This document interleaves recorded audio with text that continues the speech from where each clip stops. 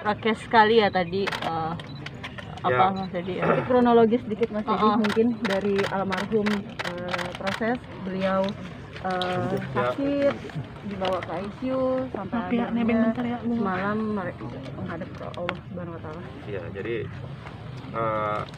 dimulai memang ada kegiatan yang cukup padat.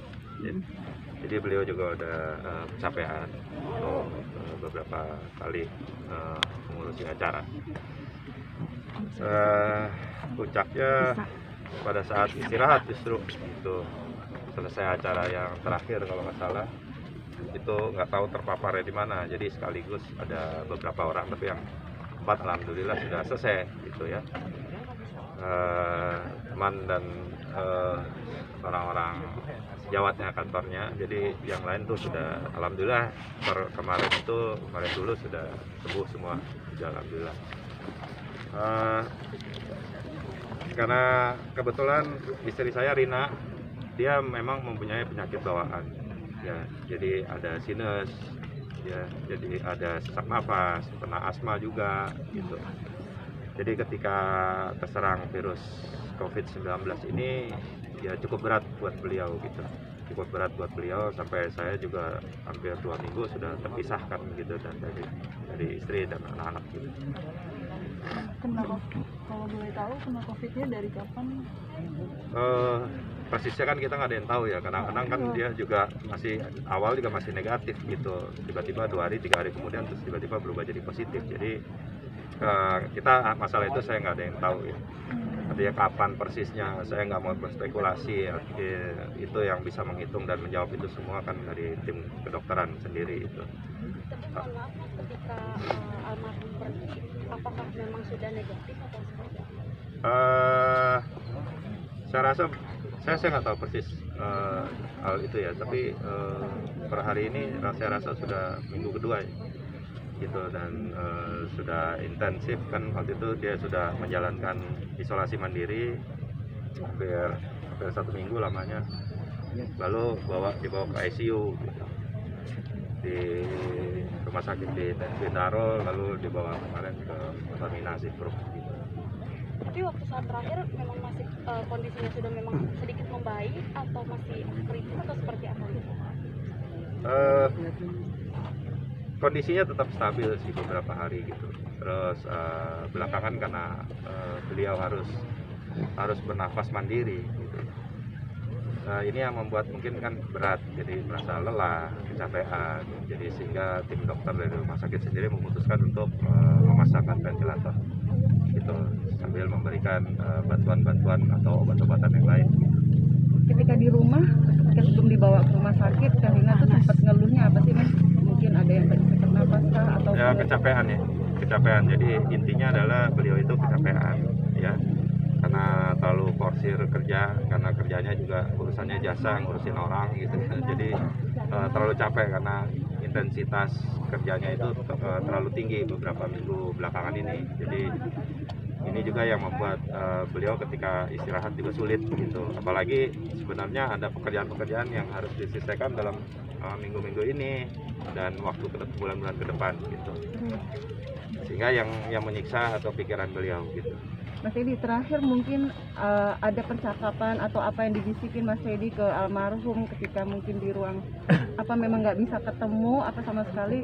Ya, gimana Mas? Karena dari awal kan juga begitu masuk di rumah sakit beliau sudah diisolasi di dalam ICU, jadi saya sama sekali nggak bisa ketemu. Kita tetap berkomunikasi awalnya sampai pemasangan ventilator gitu ya 3 hari terakhir ini.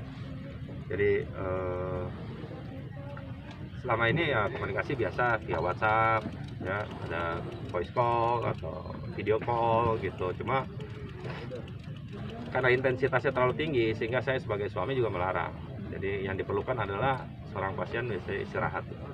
Jadi saya sangat perlu sekali melihat dia tuh istirahat. Sementara ya pekerjaannya udah terlalu banyak. Sementara dia juga harus ngurusin penyakitnya gitu. Sehingga ini yang membuat mungkin beliau stres gitu ya. capek. Mas Teddy, ada mungkin pekerjaan yang tadi yang harus dikerjakan Teh Rina yang belum selesai ataupun memang sudah selesai semua, seperti apa pertanggungjawaban Teh Rina? Mungkin ada pekerjaan catering, Ya karena sebagai jasa wedding organizer pasti apa yang sudah dijalankan atau sudah tanda tangan kontrak dia pasti akan terus dijalankan sambil menunggu ke depannya bagaimana siapa yang akan bertanggung jawab untuk mengambil alih kepemimpinan Dina Gunawan Wedding Organizer sementara waktu. Mas, suasana pemakaman full prokes ini ceritakan sedikit boleh?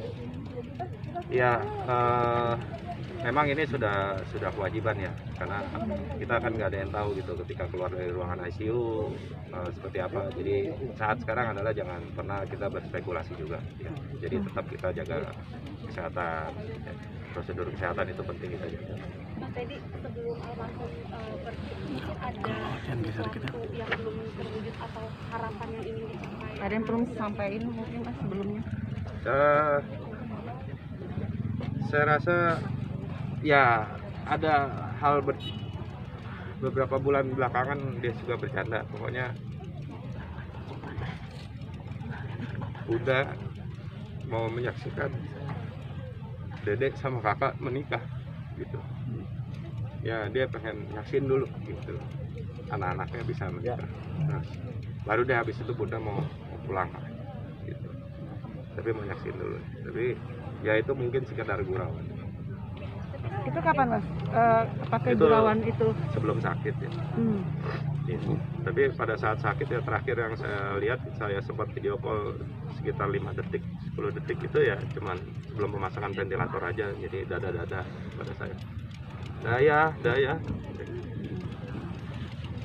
Dan almarhum sangat meskipun sakit masih tetap bisa support kayak mungkin sama Asanto itu kemarin sama pejuang gitu. Iya. Almarhum itu masih bisa support orang, sosok almarhum itu kayak sayang gitu sama semua orang. Ya karena memang kerjanya seperti itu gitu ya. Jadi memang ngurusin orang gitu, apalagi dia sama Santi juga dekat gitu, sama Sanang semua. Jadi ya pasti dia akan care sekali sama siapapun juga, dia nggak pernah tebang pilih siapapun gitu. Ya alhamdulillah bahwa di saat-saat terakhirnya sekitar 30 sampai 40 menit saya dan anak-anak sempat ya menalkin beliau gitu loh. Jadi membimbing terus-menerus tanpa henti selama 30 menit. Itu dekat sama ketika membimbing pada saat itu sendiri berdekatan atau gimana? Ya jadi video call karena kan nggak bisa masuk semua di ICU gitu, dan kami juga ada di rumah gitu, jadi nggak ada yang bisa datang ke ICU. Jadi kemarin kan ini digabung sama Iya. almarhum, apakah memang permintaan atau seperti apa? Iya, kebetulan karena ada salah satu istilahnya karena usia makamnya almarhum bapaknya Rina ini sudah 5 tahun gitu loh.